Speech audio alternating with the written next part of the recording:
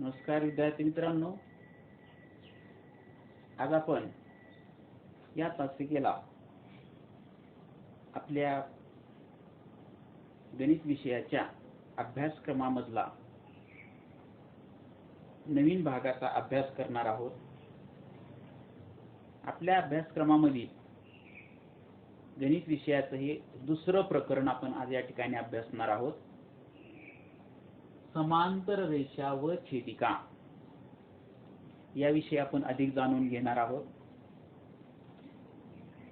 समांतर रेषा किंवा रेषा हा भाग अगदी मागील 2 वर्षापासून आपण शिकत आहोत। समांतर रेषा काय असतात हे आपणा सर्वांना माहित आहे। आता या ठिकाणी पहा, काही उदाहरण आपण पाहूया। तुम्हाला काही सांगता येतील का? आपल्याला नेहमी पाहण्यामध्ये असणाऱ्या काही बाबी की त्या ठिकाणी त्या आपल्याला समांतर आहेत आपण असं म्हणतो। कुठे आढळतं? आठवा बरं। आपल्या घराची जी खिडकी असते त्या खिडकीचे जे गज असतात ते गज काय असतात? एकमेकाला समांतर असतात। आणखी उदाहरण कुठं पाहता येईल? आपला जो रस्ता असतो त्या रस्त्याच्या दोन्ही बाजूंना पांढरे पट्टे ओढलेले असतात। हे पांढरे पट्टे सुद्धा काय असतात? समांतर असतात। आणखी कुठं पाहता येत? आपण अगदी इथं आपण या फळ्याची वरची कडा आणि या फळ्याची खालची कडा ह्या सुद्धा काय आहेत? समांतर आहेत। किंवा उभ्या असणाऱ्या दोन्ही कडा ह्या देखील काय आहेत? समांतर आहेत आपण असं म्हणतो। म्हणजे आपल्याला कशा पद्धतीनं जर दिलेल्या रेषा समांतर असतील तर आपल्याला ही एक रेषा आहे आणि ही दुसरी रेषा आहे, अशा आपल्याला ह्या 2 रेषा आहेत। समजा ही एल रेषा म्हणूया आपण आणि हिला एम रेषा म्हणूया। अशा 2 रेषा आहेत। आता ह्या 2 रेषा आपल्याला माहिती आहे रेषा ही अनंत बिंदू पासून बनलेली असते। मग त्या रेषेवर असणाऱ्या बिंदूंमधील अंतर हे जे असतं हे अंतर काय असतं? समान असतं। तेव्हा ह्या 2 रेषांना काय म्हणतो आपण? समांतर रेषा म्हणतो। आणि ह्या समांतर रेषा काय असतात? एका प्रतलामध्ये असतात। आता आपण प्रतल दाखवत नाही, परंतु प्रतल म्हणजे काय ते बघा। आपल्याला अशी हे रेषा जर आपल्याला अशा पद्धतीनं या प्रतलात आहेत आपण असं म्हणतो। आता एक फळा एक प्रतल मानलं तर ह्या 2 रेषा या प्रतलामध्ये आहेत। आता मग ह्या प्रतलात ज्या पद्धतीनं आपल्याला ह्या रेषा आपल्याला दोन्ही बाण काढलेल्या असतात तसं प्रतल देखील आपल्याला चारही बाजूने किंवा सर्व दिशांनी काय होतं? प्रतल सुद्धा वाढत जात असतं। म्हणजे अशा पद्धतीनं प्रतल रेषा वाढतील तर प्रतल देखील वाढत जात असतं। पण आपण या ठिकाणी काय करतो? या ठिकाणी असणारा प्रतल दाखवत नाही आपण। या ठिकाणी समजा या ठिकाणी ह्या 2 समांतर रेषा आहेत। आणखी रेषा कशा असू शकतील? समजा आपल्याला 2 रेषा आणखी दिल्या तर कशा असू शकतील? बघा, आता समजा ही एक रेषा असेल, दुसरी असू शकेल, ह्या 2 रेषा। आता ह्या 2 रेषा समांतर आहेत का आपण म्हणू शकू का? नाही। का म्हणणार नाही? आता पहा, ह्या 2 रेषांमधलं जर एखाद्या कोणत्याही बिंदूपासूनचा अंतराचा विचार केला तर हे अंतर कसं असणार आहे? या ठिकाणी समान असणार नाही। आणि महत्वाची दुसरी अट या ठिकाणी काय लक्षात येईल आपल्या? काय गोष्टी होईल? जर ही रेषा आपल्याला असणार आहे, समजा याला आपण पी आणि क्यू रेषा म्हणूया। आता काय होईल? ही क्यू रेषा जर आपण अशी वाढवत गेलो, ही रेषा वाढवत गेलो तर काय होणार आहे? ही रेषा आपल्याला एका विशिष्ट बिंदूमध्ये ह्या दोन्ही रेषा काय होणार आहे? छेदणार आहेत। इथं होईल का तसं? नाही। म्हणजे समांतर रेषा आपण कितीही वाढवल्या तरी त्या कधीही परस्परांना छेदत नाहीत। त्यांना आपण काय म्हणतो? समांतर रेषा। म्हणजे थोडक्यात काय? अशा रेषा की त्या रेषा परस्परांना कधीही छेदत नाही त्यांना आपण काय म्हणतो? समांतर रेषा म्हणतो। मग अशा असंख्य रेषा असू शकतील ज्या एकमेकांना छेदणार नाहीत। आपल्याला अशा असंख्य रेषा काढता येऊ शकतात। आता या ठिकाणी असणाऱ्या पी आणि क्यू बिंदू ह्या पी आणि क्यू रेषा या एका विशिष्ट बिंदूमध्ये इथं परस्परांना छेदलेल्या आहेत म्हणून आपण समांतर रेषा म्हणणार नाही. म्हणजे एक तर रेषा समांतर असू शकतील किंवा आपल्याला समांतर असणार नाहीत, म्हणजे त्या असमांतर आहेत असं म्हणू शकतो. आता आपल्याला समजा अशा दोन रेषा दिलेल्या आहेत, मग त्या आपण पहिल्यांदा तर विचार करू की त्या समांतर नाहीत. म्हणजे समजा आपल्याला या पद्धतीने दोन रेषा दिलेल्या आहेत, ही एक रेषा आहे, ही एक रेषा आहे, राईट. या रेषेला समजा आपण आता पी रेषा म्हणूया, याला क्यू रेषा म्हणूया. आणि ह्या दोन रेषांना समजा या रेषेनं काय केलं असं छेदलेलं आहे, समजा तिला आर रेषा म्हणूया. आपल्याला काय झालं या ठिकाणी रेषा पी व रेषा क्यू यांना आर या रेषेनं छेदलेलं आहे. तेव्हा आपण या ठिकाणी म्हणणार रेषा आर ही काय आहे, छेदिका आहे. जेव्हा दिलेल्या दोन किंवा दोनापेक्षा अधिक रेषा असतील तेव्हा त्या परस्परांना छेदत असतील तर त्या रेषा छेदणाऱ्या रेषेला आपण काय म्हणायचं, छेदिका म्हणायचं. मग त्या दिलेल्या रेषा समांतर असतील किंवा समांतर नसतील. तर इथे आपल्याला बघा समजा आता या ठिकाणी अशी काढली, या ठिकाणी ही समजा एन रेषा आहे, म्हणजे या ठिकाणी आपण काय म्हणणार, या ठिकाणी रेषा एल समांतर, समांतर साठी आपण अशा उभ्या दोन रेषा ओढतो, रेषा एल समांतर रेषा एम व छेदिका एन असं आपण म्हणू. म्हणजे इथं काय म्हणणार आपण की दिलेली रेषा एल व रेषा एम या काय आहेत, समांतर आहेत व रेषा एन ही काय आहे, छेदिका आहे. तसं इथं आपण म्हणणार रेषा पी व क्यू समांतर नाहीत, रेषा पी व क्यू समांतर नाहीत, पण मात्र आर ही काय आहे, त्यांची छेदिका आहे. आता ह्या दोन्ही वेगवेगळ्या परिस्थितीचा आपण विचार केला, म्हणजे समांतर असणाऱ्या रेषेला छेदिकेने छेदलंय, इथं असमांतर रेषांना छेदिकेनं छेदलेलं आहे. तेव्हा काय होतं या ठिकाणी तयार होणाऱ्या आपण कोनांचा विचार करूया. आता या ठिकाणी तयार होणारे कोन कुठं कुठं दिसत आहेत आपल्याला, या ठिकाणी पहा, या ठिकाणी आपल्याला किती कोन तयार झालेत पहिले आपण या ठिकाणी पाहूया, किती कोन तयार झालेले आहेत. किती कोन तयार झालेत बघा, या ठिकाणी आपण मोजूया. या ठिकाणी जे दोन छेदनबिंदू इथे बघा, छेदनबिंदू कुठं आला, इथे एक छेदनबिंदू आला आणि इथे एक छेदनबिंदू. तसंच इथं सुद्धा या ठिकाणी असे दोन छेदनबिंदू आपल्याला मिळालेले आहेत. आपण त्यांना नाव देऊ शकतो. समजा या ठिकाणी याला ए नाव देऊया आणि याला बी नाव देऊया. तर याला एन आणि एम नाव देऊ. एन नाव दिलेलं आहे आपण या ठिकाणी रेषेला, या ठिकाणी एक्स आणि वाय नाव देऊया.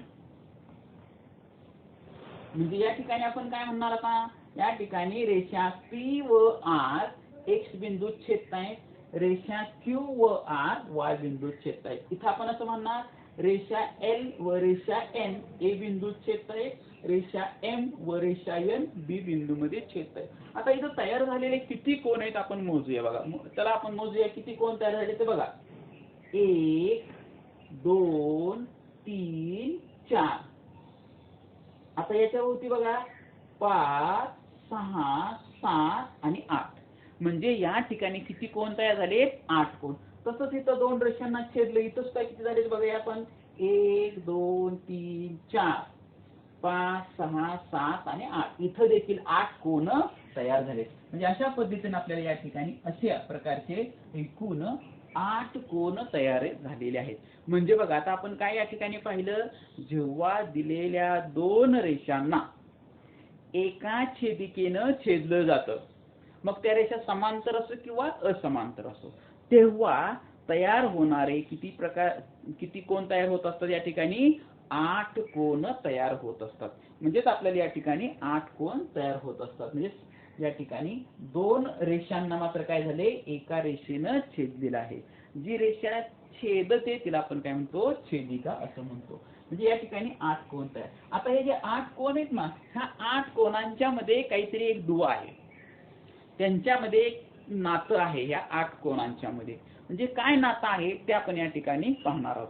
आता बघा या ठिकाणी या ठिकाणी आपण त्यांना एक आपल्या सोयीसाठी या ठिकाणी त्यांना क्रमांक देऊया. ठीक आहे. आता बघा समजा ह्याला 1 नंबरचा कोन म्हणूया, याला 2 नंबरचा, हा 3, इथं तयार होणारा हा ए बिंदूच्या इथं 4, 5, 6, 7 आणि 8 कसे तुम्ही क्रमांक दिले तरी चालू शकतात. आपण इथं कसे दिले तसे इथं देऊया. 1 2 3 4 5 6 7 सॉरी इकडे 7 आहे, 7 आणि 8. उलट केलं तर काही फरक पडत नाही. समजण्यासाठी आपण काय करू, एकाच प्रकारे त्यांना कोनांचे क्रमांक देऊया. म्हणजे या ठिकाणी हा जो कोन आहे हा 1 2 3 4 असे एकूण 8 कोन तयार झालेले आहेत. आता या ठिकाणी हे जे कोन तयार होतात ह्या कोनांच्या काही आपल्याला या ठिकाणी जोड्या मिळतात. म्हणजे या ठिकाणी एकूण कोन किती आहेत, 8 कोन. 8 कोन म्हणजे जोड्या किती तयार झाल्या, जोडी म्हटलं की त्यामध्ये 2 कोन येतात. म्हणजे एकूण जोड्या किती मिळतील आपल्याला, 4 जोड्या एक कोनांच्या इथं आपल्याला वेगवेगळ्या प्रकारच्या मिळू शकतात. मग आता आपण या ठिकाणी पाहणार आहोत की छेदिकेमुळे तयार झालेले जे कोन आहेत ते कसे आहेत किंवा कोणकोणते ते आपण पाहणार आहोत. या ठिकाणी छेदिकेमुळे तयार होणारे जे कोन असतात, एक संगत कोन तयार होत असतात. संगत कोन.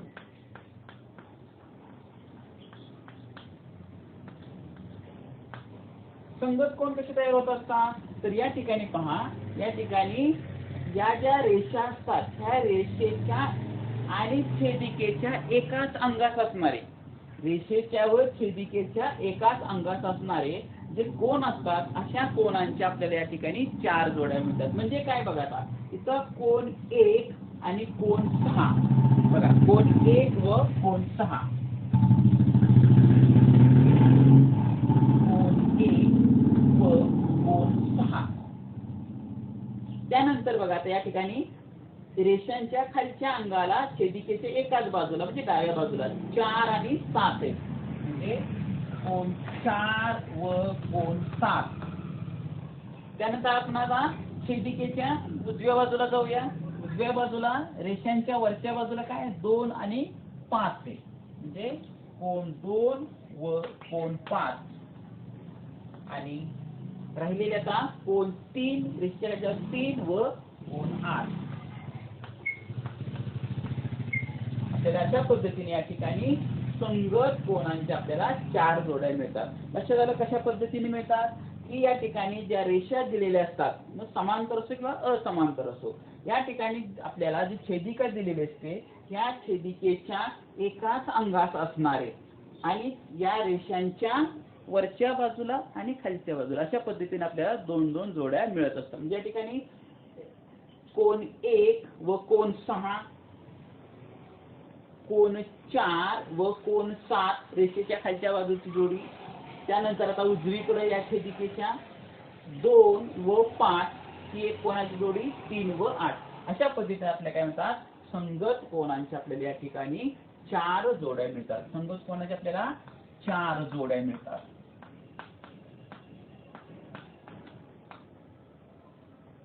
संगत कोनाच्या आपल्याला 4 जोड्या. आता दुसरा प्रकार आपण पाहणार आहोत, आंतरकोन.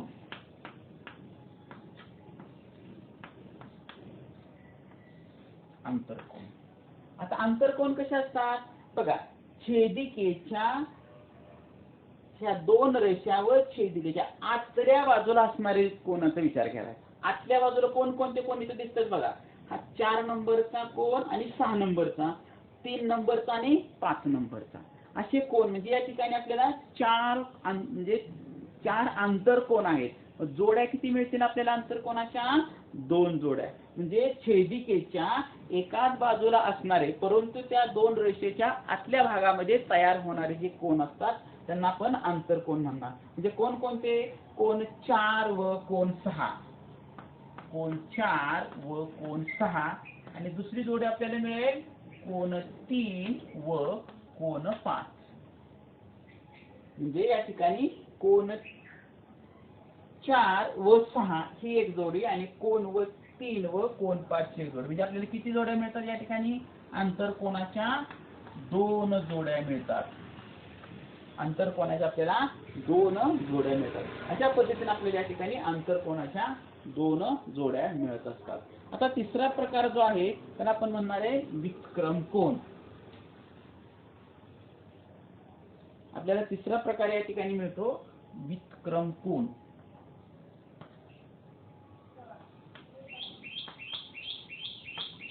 विक्रम कोन. आता विक्रम कोनाचे आपल्याला या ठिकाणी सुद्धा काय होतात, आता 4 जोड्या मिळतात. 4 जोड्या, परंतु त्यामध्ये काय असतात, 2 आंतरविक्रम कोनाच्या जोड्या आणि 2 बाह्य विक्रम कोनाच्या जोड्या.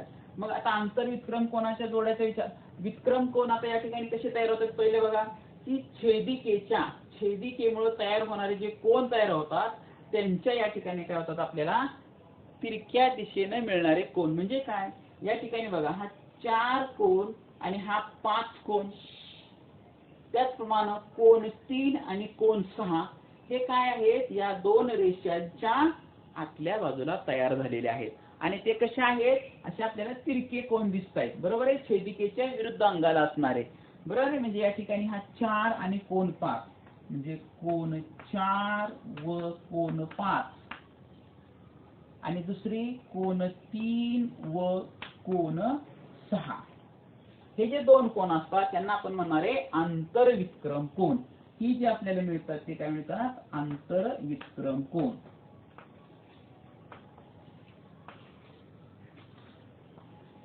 आता अजून 2 कोनाच्या जोड्या मिळतात, आपण त्यांना म्हणणार आहे बाह्य विक्रम कोन.